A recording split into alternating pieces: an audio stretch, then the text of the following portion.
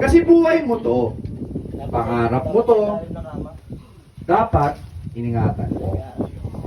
Kasi walang mag-iingat nito kung hindi kayo. Minsan, komportable ka na. Akala mo tapos na. Pero hindi pa pala. Malayo pa. Naisip mo ngayon, ang layo pa pala nun. Paano ako pupunta dun?